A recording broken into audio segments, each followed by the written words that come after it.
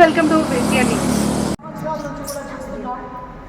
మన వెంకటగిరి కాన్స్టిట్యున్సీలో state post అనేది ఇంతవరకు ఎప్పటికీ మహిళలకు ఇవ్వలేదు నాకు తెలిసి. ఈరోజు అదేవిధంగా మన వైఎస్ఆర్ పార్టీలో మహిళలకి ఎంత గౌరవం ఇస్తున్నారని నేనే ఉదాహరణ. ఈరోజు ఎక్కడ మారుమూల మహిళలు ఉన్నా కూడా ధైర్యంగా ఈరోజు మనం పార్టీకి కష్టపడుతున్నామంటే అది తప్పకుండా పార్టీ గుర్తిస్తుంది. అదేవిధంగా వాళ్ళని ఎంత అభివృద్ధి చేయాలనేది మన జగన్మోహన్ రెడ్డి గారికి తెలిసినంత విధంగా ఇంకా ఏ పార్టీకి తెలియదని చెప్పి నేను ఖండాపరంగా చెప్తున్నాను. అదేవిధంగా మన రామ్ కుమార్ రెడ్డి అన్న గారు కూడా ఈరోజు మనకు సమన్వయకర్తగా రావడం మన అదృష్టంగా భావిస్తున్నానని నేను మొదటి నుంచి కూడా చెప్తున్నాను. ముఖ్యంగా మనకు 4 సంవత్సరాలు ఈరోజు వైఎస్ఆర్ పార్టీలో మన నియోజకవర్గానికి అభివృద్ధి అనేది దూరమైంది. 4 సంవత్సరాల్లో అభివృద్ధి జరగలేదు. తరువాత మన సమన్వయకర్తగా వచ్చిన తర్వాత మనం మాటలతో చెప్పేది కాదు, నేను చేతలతో చేస్తాను అనే విధంగా ఆయన చెప్పిన మాట ప్రకారం ప్రతి విషయంలో కూడా ఎక్కడ చూసుకున్నా కూడా ఈరోజు ఒక పోలేరమ్మ గారి జాతర చూసుకుంటే అది మనం ఊహించని విధంగా జరిగింది. అదేవిధంగా మనకు ముఖ్యమంత్రి గారు మన నియోజకవర్గానికి రావడం, మనకు ఆ విధంగా కూడా మన నియోజకవర్గానికి ఏం చేయాలనేది ముఖ్యమంత్రి గారి దృష్టికి తీసుకెళ్ళి ఆ అభివృద్ధి కార్యక్రమాలన్నీ కూడా పెట్టడం జరిగింది. కానీ మనకు సమయం లేదు, దానివల్ల కొన్ని అభివృద్ధి కార్యక్రమాలు జరుగుతున్నాయి, మరికొన్ని ఇంకా జరగాల్సింది కూడా ఉంది. ఈరోజు మన సమన్వయకర్త వచ్చిన రోజు నుంచి కూడా ఈ రోజు దాకా ప్రజల్లోనే ఉంటూ ప్రతి గడపకి తిరుగుతూ వాళ్ళ సమస్యలను తెలుసుకుంటూ వాళ్ళకు చేయగలిగిన న్యాయం చేస్తున్నారనేది మనం కళ్ళతో చూస్తున్నాం. ఎంత పెద్దపీట వేస్తున్నారని చెప్పి మనం అందరూ కూడా చెప్పాల్సిన అవసరం లేదు. ప్రతి మహిళకు కూడా ఈరోజు జగన్మోహన్ రెడ్డి గారు ఏం చేస్తున్నారని ప్రతి ఒక్కరూ ఆలోచిస్తున్నారు. రేపు మహిళలందరూ కూడా జగన్మోహన్ రెడ్డి గారి పక్షాన ఉంటూ ఆయన వెంట ఉండి పార్టీకి మంచి మెజార్టీతో జగన్మోహన్ రెడ్డి గారిని సీఎంగా చేసి అదేవిధంగా మన సమన్వయకర్తని ఎమ్మెల్యేగా చేస్తారని చెప్పి నేను భావిస్తున్నాను. ఖచ్చితంగా అదే జరుగుతుంది.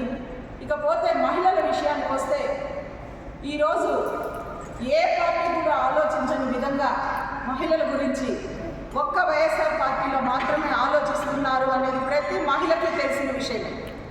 ఈరోజు పచ్చ మీడియా చెప్తుంది ఏదో మార్పులు జరిగిపోతున్నాయి, రాజీనామాలు చేస్తున్నారు ఎమ్మెల్యేలకు. మార్పు అనేది ఈరోజు జరగలేదు. ఏ రోజైతే మన నియోజకవర్గంలో ఎమ్మెల్యే గారిని పక్కన పెట్టారో ఆ రోజే మార్పు అనేది మొదలైంది. ఆ రోజే మన సమన్వయకర్తను తీసుకొని వచ్చి మన నియోజకవర్గానికి పెట్టిన రోజే మార్పు మొదలైంది. ఈరోజు కొత్తగా మార్పు మొదలవుతుందని చెప్పి కొన్ని పచ్చ మీడియాలన్నీ మాట్లాడుతున్నారు. ఈరోజు అన్నీ తెలుసుకొని నిజాలు మాట్లాడాలి ఎవరైనా. ఈరోజు 24 మంది ఎమ్మెల్యేలు ఉన్నారు. ఆ 24 మంది ఎమ్మెల్యేలుగానే ఒక 30-40% వాళ్ళే మార్పు చేస్తున్నారు. అదే 150 మంది ఉన్న మన వైఎస్ఆర్ పార్టీలో మార్పులు అనేవి ఖచ్చితంగా జరుగుతాయి. ఎందుకంటే వై నాట్ 175 సీట్స్ ఖచ్చితంగా మనం తీసుకురావాలనే ఉద్దేశంతో మార్పులు చేయడం అది సహజం. దాన్ని ఏదో పెద్ద జరిగిపోతున్నట్టు, పార్టీలో రాజీనామాలు జరుగుతున్నట్టు ఈ మీడియా వాళ్ళంతా కూడా కొంతమంది కొన్ని పేపర్స్లో రాజీనామాలు చేస్తున్నారు అని అంటున్నారు. రాజీనామాలు చేయటం అంటే పార్టీని బలోపేతం చేస్తూ 175 సీట్లు ఖచ్చితంగా రేపు మనకు రావాలని చెప్పే ఉద్దేశంతోనే మార్పులు చేస్తున్నారని నేను అనుకుంటున్నా. అదేవిధంగా మనం ప్రతి ఒక్కరూ కూడా బాధ్యతలను వహిస్తూ అదేవిధంగా మహిళలు, ముఖ్యంగా మహిళలకి ఎక్కడ ఏం జరిగినా కూడా నేను మొదటి నుంచి కూడా స్పందిస్తూ ఏ విషయంలో కూడా నేను మహిళలకు ఏ విషయం జరిగినా కూడా వాళ్ళకి ఏ కష్టం వచ్చినా కూడా నేను కాన్స్టిట్యున్సీలో వాళ్ళకి నేను అన్ని ఏ విధంగా అయినా సహాయం చేస్తున్నాను. ఈరోజు ఒక చిన్న విషయానికి వస్తే ఆ కరోనా టైం మొత్తం మీద మన మాజీ ఎమ్మెల్యే గారు ఎక్కడ కనిపించలే. ఎవరికి కూడా ఏ మండలంలో కూడా ఏదైనా సహాయం చేసింది కూడా చూడలేదు, మీడియా మిత్రులకు కూడా తెలుసు. అదేవిధంగా నేను గొప్ప చెప్పుకుంటున్నానని కాదు, కరోనా టైంలో ఆ కరోనా టైం మొత్తం నేను మండలం అంతా కూడా ప్రతి ఎస్టీ కాలనీ ఎస్సీ కాలనీలు అన్నీ కూడా తిరిగి వాళ్ళకు కావాల్సిన నిత్యావసర వస్తువులు అయితే ఏమి, వెజిటేబుల్స్ అయితే ఏమి అన్నీ కూడా మనం చూడడం జరిగింది. అదేవిధంగా ఈరోజు మనం మాజీ ఎమ్మెల్యే గారు మాట్లాడుతున్నట్లు ఏ విధంగా ఈరోజు మీరు జనాల్లో పోతున్నారనేది నాకు అర్థం కావటం లేదు.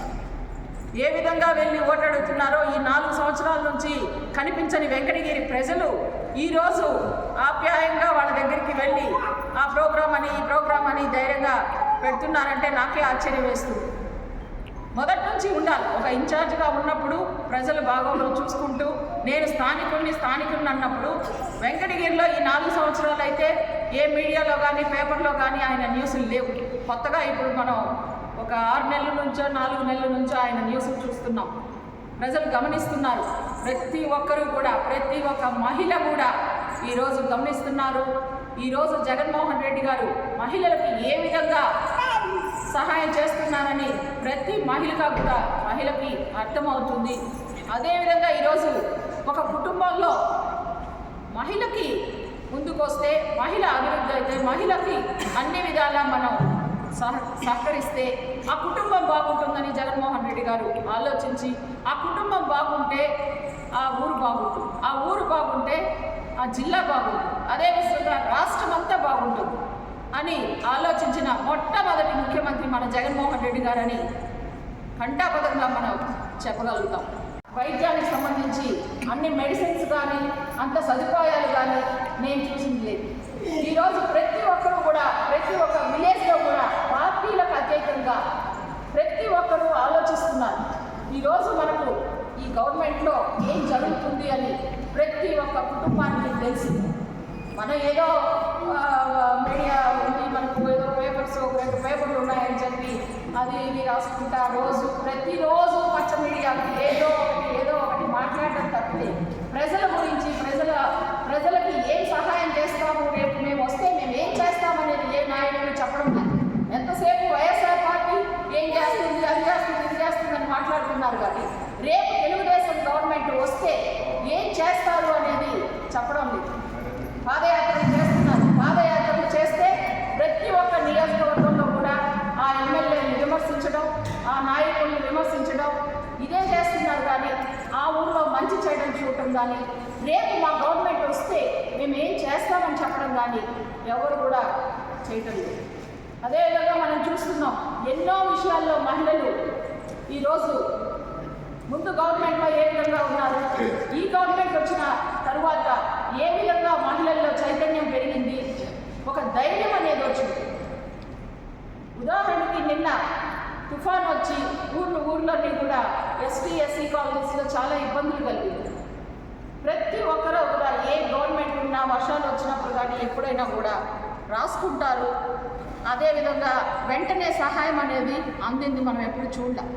ఈరోజు తుఫాన్ వచ్చిన వెంటనే మరుసటి రోజే తుఫాన్లోనే ప్రతి ఒక్కరికి కూడా, ప్రతి కుటుంబానికి కూడా 25 కేజీలు బియ్యము, అదేవిధంగా సరుకులు, కూరగాయలు అన్నీ కూడా ఇవ్వడం జరిగింది.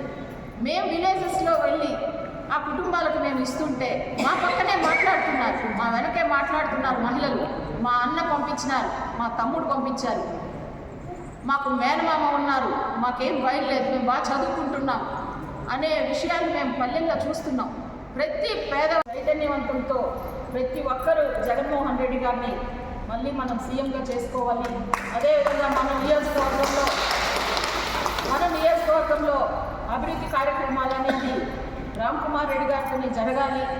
అదేవిధంగా మీరందరూ కూడా మంచి మెజార్టీతో రామ్ కుమార్ రెడ్డి గారిని గెలిపించాలి. అదేవిధంగా ఈరోజు నాకు రాష్ట్ర పదవి రావడం నిజంగా నాకు తెలియదు. నాకు నిన్న పొద్దున ఫోన్ చేసి 8:30కి నాకు అన్న చెప్పినారు రామ్ కుమార్ రెడ్డి గారు, అమ్మ నిన్ను స్టేట్ కమిటీలో వేశారు. నిజంగా నేను ఆశ్చర్యపోయాను. ఈరోజు మా కుటుంబం ప్రతి ఒక్కరికి తెలిసిందే. 30 సంవత్సరాల నుంచి మేము తెలుగుదేశం పార్టీలో ఉన్నాం. వెంకటయ్య చౌదరి, సుగుణమ్మ వాళ్ళు ఎంతో కష్టపడ్డారు చంద్రబాబు నాయుడు. ఈరోజు ఎన్టీ రామారావు ఉన్నప్పటి నుంచి కూడా మా కుటుంబం కష్టపడి టీడీపీలో పనిచేసింది. ఈరోజు ఏ రోజు కూడా మా కుటుంబంలో ఒక పదవి అనేది మేము చూసున్నాం. మేము జనాల్లోకి పోయి పదవులు తెచ్చుకున్నాము, పదవులు చేశాం, కానీ మాకు నామినేటెడ్ పోస్ట్ అనేది ఏ రోజు లేదు. అది నేను ఆశ్చర్యపోయినాను. నిన్న అన్న చెప్తానే నాకు చాలా పెద్ద ఏదో నా నెత్తి నా భారం పెట్టినట్టుగా నేను నిజంగా కూడా ఫీల్ అయ్యాను. ఈరోజు రేపటి నుంచి మనకు చాలా బాధ్యత పెరిగింది. ఈరోజు మన పార్టీలో నేను కష్టపడుతున్నాను. ఇది స్పెషల్గా నేను ప్రతిరోజు 24 గంటలు బాధ్యతగా తీసుకొని పార్టీకి కష్టపడాల్సిన 100% నేను పార్టీకి నిర్వర్తిస్తానని చెప్పి నేను చెప్తున్నానండి. అదేవిధంగా ఈరోజు మాజీ ఎమ్మెల్యే గారు ఉన్నారు. ఆయన చేయాల్సిన నష్టాలన్నీ ప్రతి కుటుంబానికి ప్రతి మండలంలో కూడా చేస్తున్నారు. తెలుగుదేశం పార్టీలో ఈరోజు ఎంతమంది ఆయన వల్ల బాధపడ్డారనేది రేపు ఎలక్షన్లో తెలుస్తుంది. అదేవిధంగా ఆయన ఏం చేశారనేది ఈరోజు చెప్పుకోవడానికి కూడా ఆయన ఏం చేశారో కూడా కాన్స్టిట్యున్సీలో తిరుగుతున్నారే కానీ నేను ఫలానా పని చేశానని చెప్పేదానికి కూడా లేదు. ఏదన్నా ఉంటే విలేజెస్లో కావచ్చు, టౌన్లో కూడా సిమెంట్ రోడ్లు ఇవి వేసి ఉండొచ్చు. ఆ సిమెంట్ రోడ్లు అవి కూడా ఆయన పక్కన ఉన్న నలుగురికి ఆ సిమెంట్ రోడ్లు ఇచ్చి వాటిలో ఏదైనా ఉంటే ఆ లబ్ధి ఆయన పక్కన ఉన్న వాళ్ళు తినడమో లేదా ఆయన తినడమో ఇవి జరిగింది తప్పితే అభివృద్ధి అనేది నేనైతే చూడలేదు వెంకటగిరి కాన్స్టిట్యున్సీలో ఇంతవరకు.